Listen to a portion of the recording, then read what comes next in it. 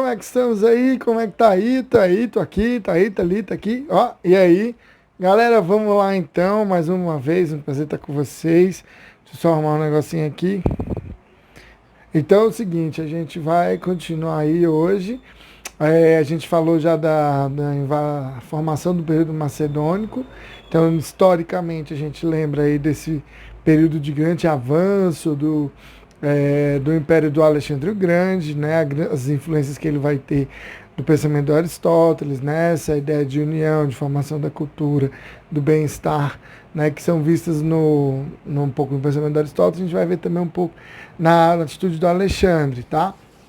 Mas principalmente a estratégia aí que ele tem de dominação. Então isso aí a gente não vai entrar nesses detalhes históricos. A gente vai falar um pouquinho de como que essa visão do Império Macedônico afeta a Grécia. Então a gente começou a falar que criou um clima de instabilidade, de medo, de insegurança. Por quê? Porque a gente vai ver numa sociedade, a gente que eu falo, quando eu digo assim, né? Me incluindo, é porque eu estou tentando fazer a leitura do momento, tá? Então, é uma sociedade que você tem uma perca ou perda daquela sua capacidade de pensar, de criticar, que era próprio do grego. O grego tinha muito isso, de questionar, de pensar, de falar, de colocar opinião, de discutir e tal.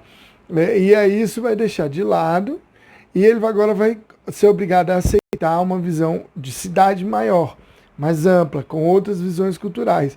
E a gente já falou dessa palavrinha aí, cosmopolita. Por quê? Porque acontece essa visão de uma sociedade mais ampla.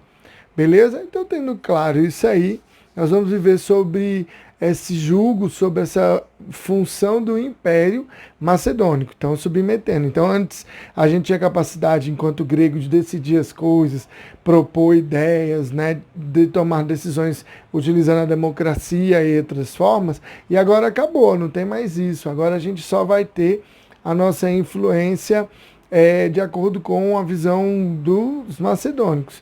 Ó, até o Sule aqui tá um pouco chateado aí com essa história.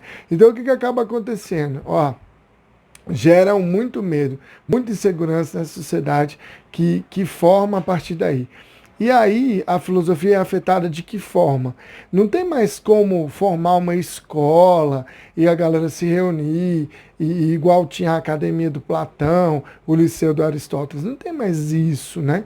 Então vão ter linhas de pensamentos com pessoas parecidas ou com pessoas que pensam da mesma forma.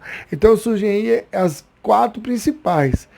Mas tem outros que eu vou falar depois. Mas as quatro principais serão as quatro linhas que vão dominar na Grécia, né, na Europa nesse período.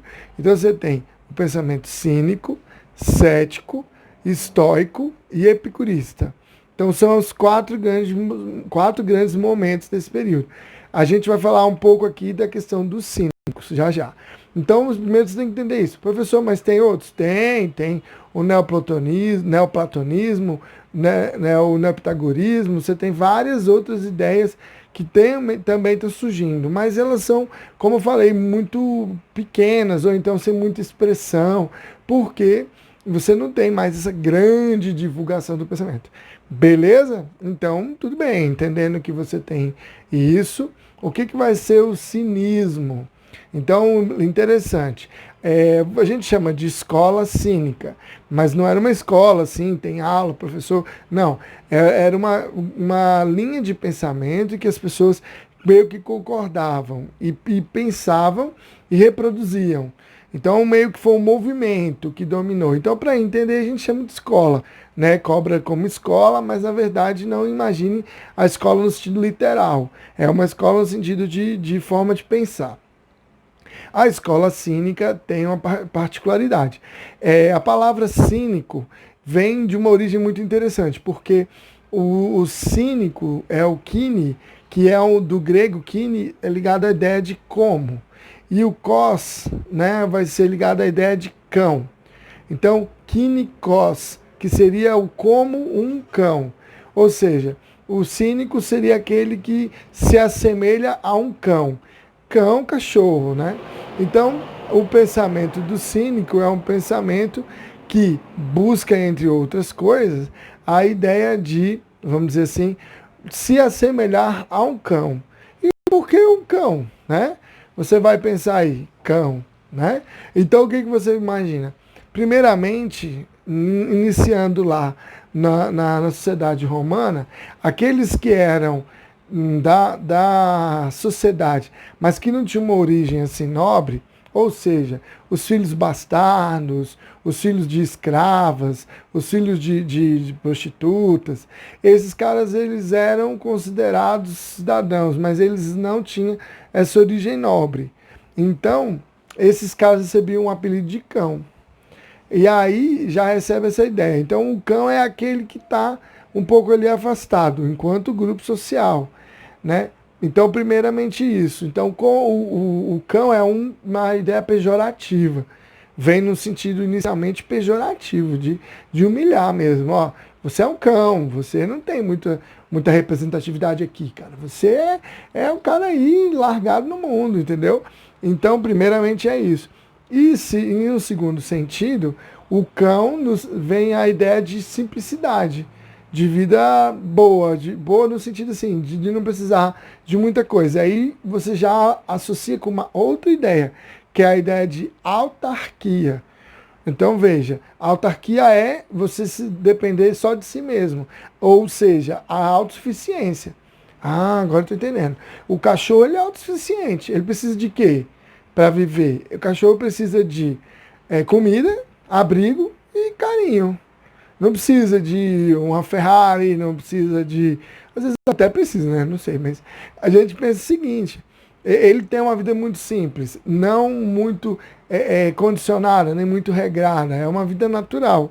Então a ideia do cinismo vai ser baseada nisso.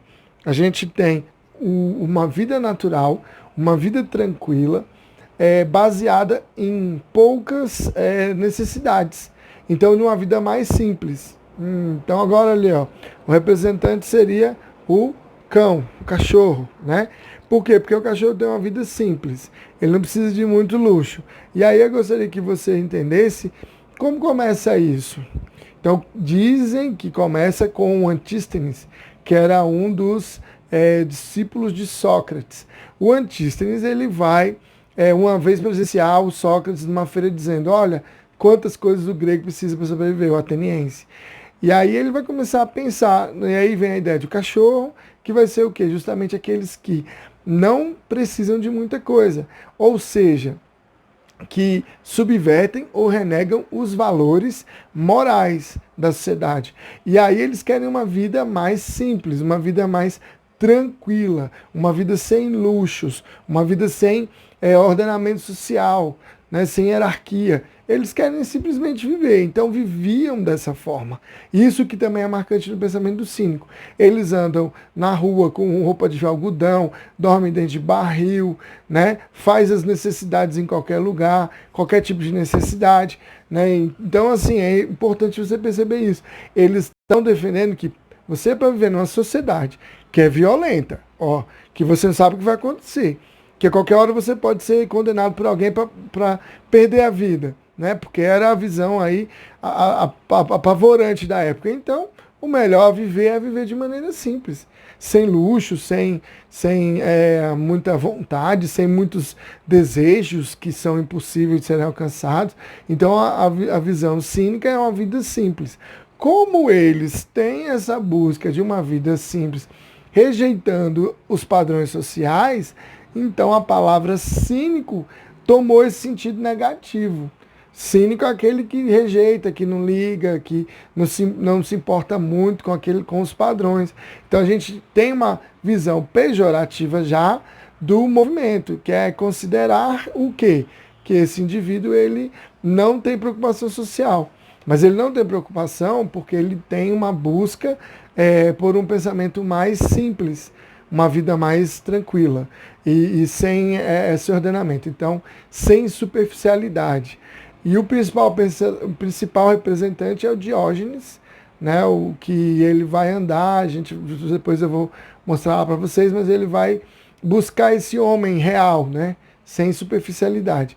Então, o principal representante é o Diógenes, e você vai ter vários na história, né? Mas o importante é entender que o cinismo representa um ideal de vida simples, de vida sem luxo, de vida natural. E você vivendo uma vida simples, você não tem preocupações e você então encara as coisas da vida de uma maneira mais tranquila. Beleza? Então é isso. De boa. Depois vamos acompanhando os outros detalhes e a gente vai continuar depois falando das outras escolas. Muito obrigado pela tua atenção e até logo, hein?